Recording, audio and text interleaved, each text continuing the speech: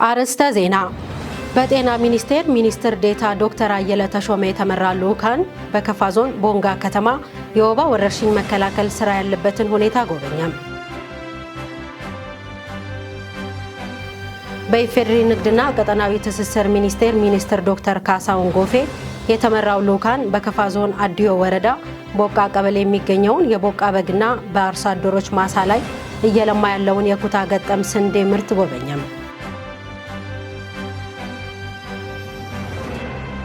ጡት ማጥባት ከህፃናት በተጨማሪ ለእናቶችም ያለውን ጠቀሜታ በመረዳት እስከ 6 ወራት ማጥባት እንደሚገባቸውም የቦንጋ ጤና ጣቢያ ገለጸ። የሚሉ የዕለቱ ዋና ዋና ዜናዎቻችን ናቸው።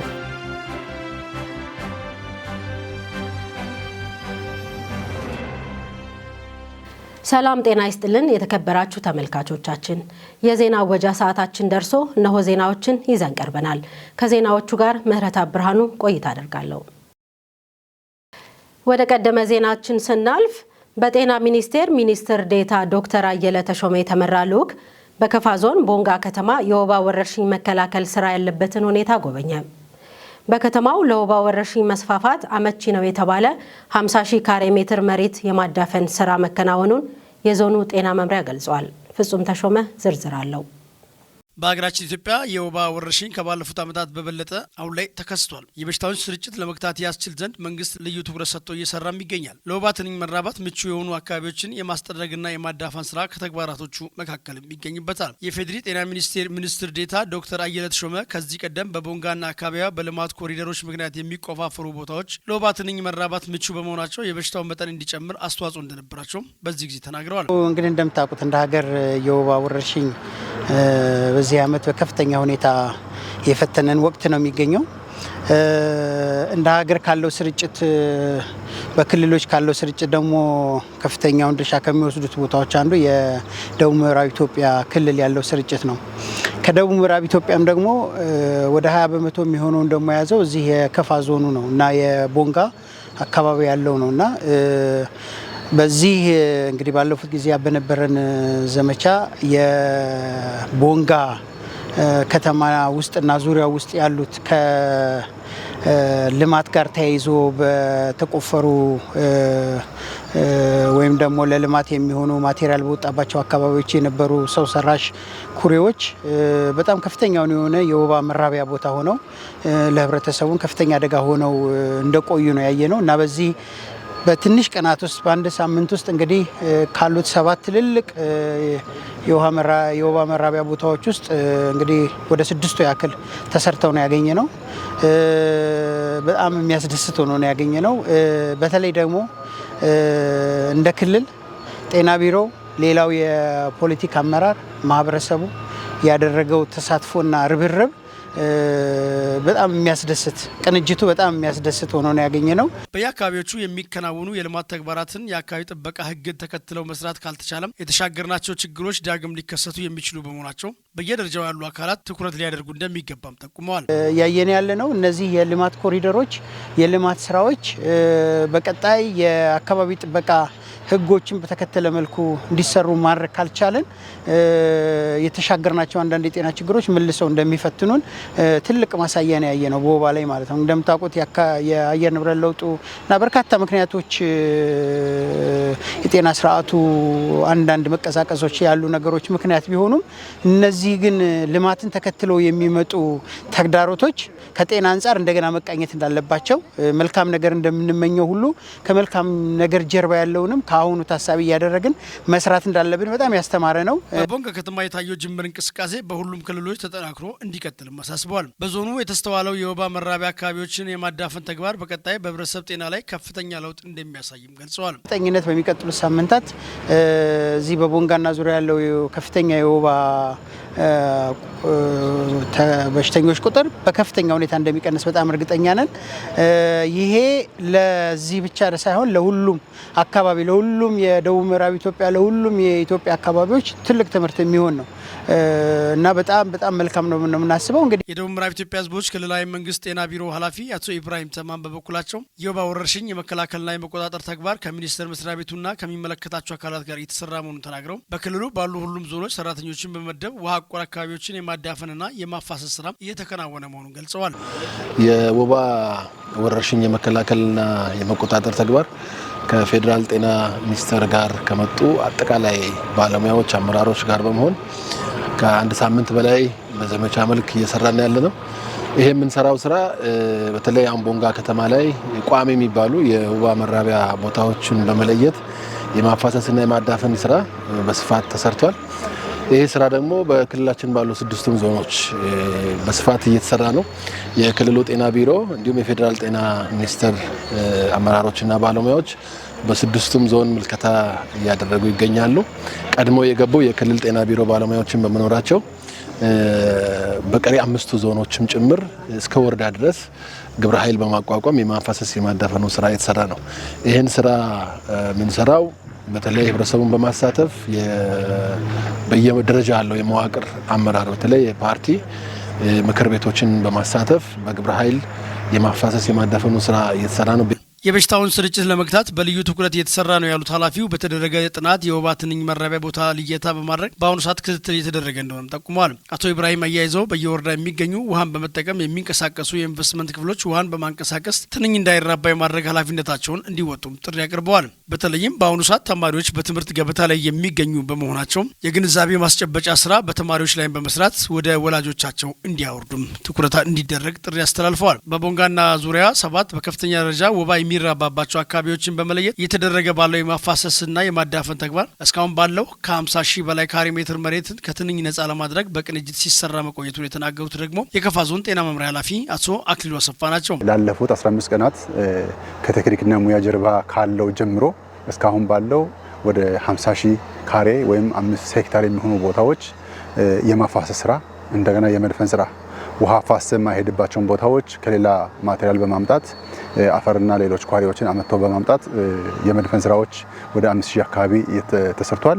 አቶ አክሊሉ አያይዘው ህብረተሰቡ ከዚህ ቀደም ሲያደርግ የነበረውን አካባቢን የማጽዳት ተሞክሮ አጠናክሮ በመቀጠል በሽታውን የመከላከል ስራ እንዲያግዝም ጥሪ አቅርበዋል። በተመሳሳይም በየወረዳው ባለሙያዎች ወርደው የመከላከል ተግባሩን እያገዙ እንደሚገኝ ተናግረዋል። በጉብኝቱ ወቅቱም ሚኒስትር ዴኤታ ዶክተር አየለ ተሾመን ጨምሮ የኢትዮጵያ ህብረተሰብ ጤና ኢንስቲትዩት ምክትል ዋና ዳይሬክተር ዶክተር ጌታቸው እንዲሁም የክልሉ ጤና ቢሮ ኃላፊ አቶ ኢብራሂም ተማም ተገኝተዋል። በኢፌዴሪ ንግድና ቀጠናዊ ትስስር ሚኒስትር ዶክተር ካሳሁን ጎፌ የተመራው ልዑክ በከፋ ዞን የተለያዩ የልማት ስራዎችን እየጎበኘ ይገኛል። ልዑኩ በአዲዮ ወረዳ ቦቃ ቀበሌ የሚገኘውን የቦቃ በግ በአርሶ አደሮች ማሳ እየለማ ያለውን ኩታ ገጠም ስንዴ ምርትም ጎብኝቷል። ታጀቶ ከበደ ያዘጋጀውን ዘገባ ቤተልሔም መምሩ ታቀርበዋለች። በሚኒስትሩ የተመራው ልዑክ በከፋ ዞን አዲዮ ወረዳ ቦቃ ቀበሌ እየተከናወኑ ያሉ የቦቃ በግ ዝርያ በኩታ ገጠም የለማ የአርሶ አደሮች ስንዴ ማሳ፣ የማር ምርትና የቀርከሃ ሀብት ተክሎችን ጎብኝተዋል። በዞኑ እየተከናወኑ ያሉ የልማት ስራዎች አበረታች መሆናቸውን የተናገሩት ሚኒስተሩ ለተሻለ ውጤት የሚደረገው ጥረት ተጠናክሮ ሊቀጥል ይገባልን ብለዋል።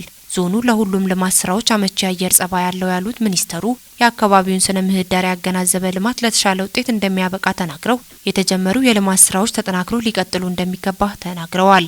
ከስንዴ ልማት አንጻር የታዩ የልማት ስራዎችን ማጠናክሮ ከማስቀጠል አንጻር ትኩረት ሊደረግ ይገባል ብለዋል። ይህ የልማት ስራም ለዞኑ ምግብ ዋስትና ብቻ ሳይሆን ከክልል አልፎ ለውጭ ገበያም ከማቅረብ አንጻር አሁንም ሊሰራ እንደሚገባ ሚኒስተሩ አሳስበዋል። የማር ምርት ለአንድ አካባቢ ኢኮኖሚ እድገት የጎላ ሚና አለው ያሉት ሚኒስተሩ ማርና መሰል ልማቶች በጥራትና በብዛት ከማምረት አንጻር ትኩረት ሊደረግበት ይገባል ብለዋል። በሁሉም ልማቶች የታዩ መልካም ተሞክሮችን በመቀመር ለተሻለ ውጤት እየተደረገ ያለው ጥረት በመንግስትም ሆነ በፓርቲ ተጠናክሮ ሊቀጥል እንደሚገባ ሚኒስተሩ አሳስበዋል። ከሚኒስተሩ የተነሱ የመልማት ሀሳቦችን በመተግበር ለተሻለ ልማት የበኩላቸውን ሚና እንደሚወጡ የዞኑ ከፍተኛ አመራሮች ተናግረዋል። በተያዘው ዓመት ከጓሮ አትክልትና የሌማት ትሩፋት ውጤቶች ሽያጭ ከግማሽ ሚሊዮን ብር በላይ ለማግኘት እየሰሩ መሆኑን በቢጣ ወረዳ የወዳ ቀበሌ ነዋሪ የሆኑት አንድ አርሶ አደር ገለጹ። ዘገባው የወረዳው የመንግስት ኮሚኒኬሽን ጉዳዮች ነው። ቤተልሔም መምሩ። አርሶ አደር አቶ ተሾመ ጉሩሙ እንደተናገሩት ባላቸው ማሳ ያለሙትን የጥቅል ጎመንና የቀይ ስር ምርቶችን እየሰበሰቡ እንደሆነ ጠቅሰው ከዚህም ከ500 ኩንታል በላይ የጥቅል ጎመን ምርት እንዲሁም ከ20 ኩንታል በላይ የቀይ ስር ምርት እንደሚያገኙ ገልጸዋል። በማሳቸው ከአትክልት ልማት ባሻገር የፍራፍሬና የቡና ልማት እያለሙ እንደሚገኙ የጠቆሙት አርሶ አደሩ በሌማት ትሩፋት መስክ የማር ምርትን በዘመናዊና ባህላዊ መንገድ እያዘጋጁ መሆናቸውን ጠቁመው የአሳ ገንዳ በማዘጋጀትም በዘርፉ ውጤታማ መሆናቸውን ተናግረዋል። በአጠቃላይ በያዝነው ዓመት ካለሙት የጓሮ አትክልትና የሌማት ትሩፋት ውስጥ ሽያጭ ከግማሽ ሚሊዮን ብር በላይ ለማግኘት ተግተው እየሰሩ እንደሚገኙ የገለጹት አቶ ተሾመ በበጋ ወራት የልማት ስራውን በመስኖ አጠናክሮ ለማስቀጠል የውሃ ፓምፕ ችግር መሆኑንና ይህንን የሚመለከተው ተቋም እንዲደግፋቸው ጥሪ አቅርበዋል። የወረዳው ግብርና አካባቢ ጥበቃና ህብረት ስራ ልማት ጽህፈት ቤት ኃላፊ አቶ ጌታቸው ገብረ ሚካኤል እንደጠቀሱት አርሶ አደሩ በማሳቸው ሁሉንም መስክ ያካተተ ልማት እያለሙ እንደሚገኙና ታታሪ መሆናቸውን ጠቅሰው በሁሉም ቀበሌዎች የሚገኙ የተመረጡ አርሶ አደሮች የእሳቸውን የልማት ስራ በማስጎብኘት ተሞክሮ እንዲወስዱ መደረጉን ጠቅሰዋል። አርሶ አደሩ የልማት ስራቸውን በበጋ ወራት አጠናክረው እንዲቀጥሉ ለማስቻል በቀጣይ የውሃ ፓምፕ ድጋፍ እንደሚደረግ ያመላከቱት ኃላፊው መሰል ታታሪ አርሶ አደሮች በሁሉም ቀበሌዎች እንዲበራከቱ ሁሉም ባለድርሻዎች በትኩረት ሊሰሩ እንደሚገባ አሳስበዋል። ጡት ማጥባት ከህፃናት በተጨማሪ ለእናቶችም ያለውን ጠቀሜታ በመረዳት እስከ 6 ወራት ማጥባት እንደሚገባቸውም የቦንጋ ጤና ጣቢያ ገለጸ። በዚህ ጉዳይ ላይ ከጤና ጣቢያው ባለሙያ ጋር ቆይታ በማድረግ ተከታዩን አሰናድተናል። አሁን የእናት ጡት ወተት በተለያዩ የፎርሙላ ወተቶች እየተቀየረ ለህፃናት ሲሰጥ ይስተዋላል። ሆኖም የጤና ተቋማት የእናት ጡት አስፈላጊነት ላይ የግንዛቤ ስራዎችን እየሰራ ይገኛል። በቦንጋ ጤና ጣቢያ የህፃናት ክፍል የጤና ባለሙያ የሆኑት ሲስተር ስናፍቅሽ በቀለ ስለ እናት ጡት ጠቀሜታ ያብራራሉ። ጡት ማጥባት ያው ለልጁ ጥቅም አለው፣ በእናትም ጥቅም አለ። ያም ደግሞ ለልጅ አንድ እናት ከወለደችበት ሰዓት ጀምሮ እስከ 6 ወር ያለምንም ተጨማሪ ምግብ እስከ 6 ወር ጡት ብታጠባ የተመረጠ ነው። ያው ይሄንም እነሱ እኛ ጋር ወልዶ በሚሄዱበት ሰዓት ካውንስል አድርገን ነው የሚሸኛቸው። ያ ደግሞ እናት በምታጠባበት ሰዓት አንድ እንደ ፋሚሊ ፕላኒንግ ይረዳታል። እስከ 6 ወር ባለው በትክክል ከ8 እስከ 12 ጊዜ የምታጠባ ከሆነ እንደ ፋሚሊ ፕላኒንግ ይረዳታል። ሁለተኛ ደግሞ ካንሰርን ይከላከላል። በአግባቡ የምታጠባ እናት የጡት ካንሰርን ይከላከላል።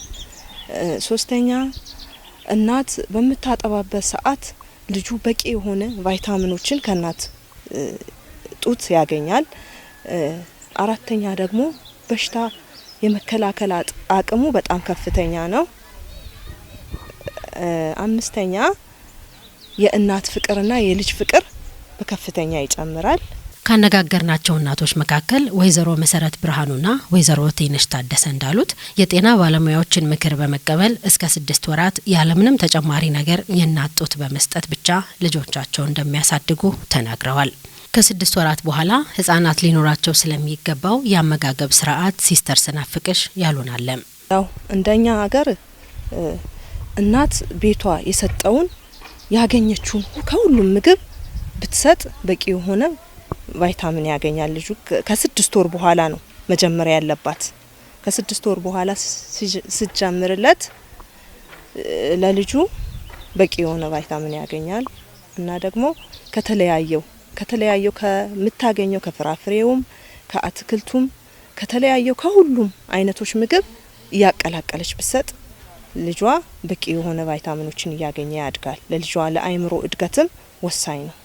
እናቶችም በተሰጣቸው የጤና ባለሙያዎች ምክር ከ6 ወራት በኋላ ቤት ያፈራውን የተለያዩ ንጥረ ነገሮች ያሏቸውን ምግቦች እንደሚሰጧቸው በመግለጽ ሌሎች እናቶችም ጡት ማጥባት ላይ ትኩረት አድርገው ልጆቻቸውን ያሳድጉ ብለዋል። ህፃናት ላይ በዋነኛነት ከሚከሰቱ በሽታዎች መካከል የኒሞኒያ በሽታ አንዱ ነው። የእናት ጡት ወተት በተከታታይ በማግኘትና የእናትና የልጅ መቀራረብን መፍጠር በሽታው እንዳይከሰት ይከላከላል። ብዙ የጡት በምታጠባበት ሰዓት ብዙ በሽታዎችን ይከላከላል። ቅድምም ብዬሻለሁ። ያው ኒሞኒያ ለምሳሌ አሁን ብዙ ህፃናት በኒሞኒያ ተጠቅቶ ይመጣሉ። እኛ ጋር በሚመጡበት ሰዓት ከመድኃኒቱ ይልቅ በደንብ አድርገን ካውንስል የምናደርገው ምንድነው የእናት ጡትን በደንብ አድርጋ እንድታጠባ ካውንስል ትደረጋለች። ያ በቂ የሆነ ጡትና ከራሷ ጋር በቂ የሆነ ኮንታክት የምታደርግ ከሆነ ልጇ በቂ የሆነ ሙቀት የሚያገኝ ከሆነ ቶሎ ቶሎ ጡት የምታጠባ ከሆነ ልጁም ለኒሞኒያ አይጋለጥም። የተከበራችሁ ተመልካቾቻችን ለዕለቱ ይዘንላችሁ የቀረብነው ዜናዎች ከላይ የተከታተላችሁትን ይመስላል። ከዜናዎቹ ጋር ምህረት ብርሃኑ ቆይታ አደረኩ። ሌሎች የጣቢያችን ዝግጅቶች ይቀጥላሉ። ሰላም።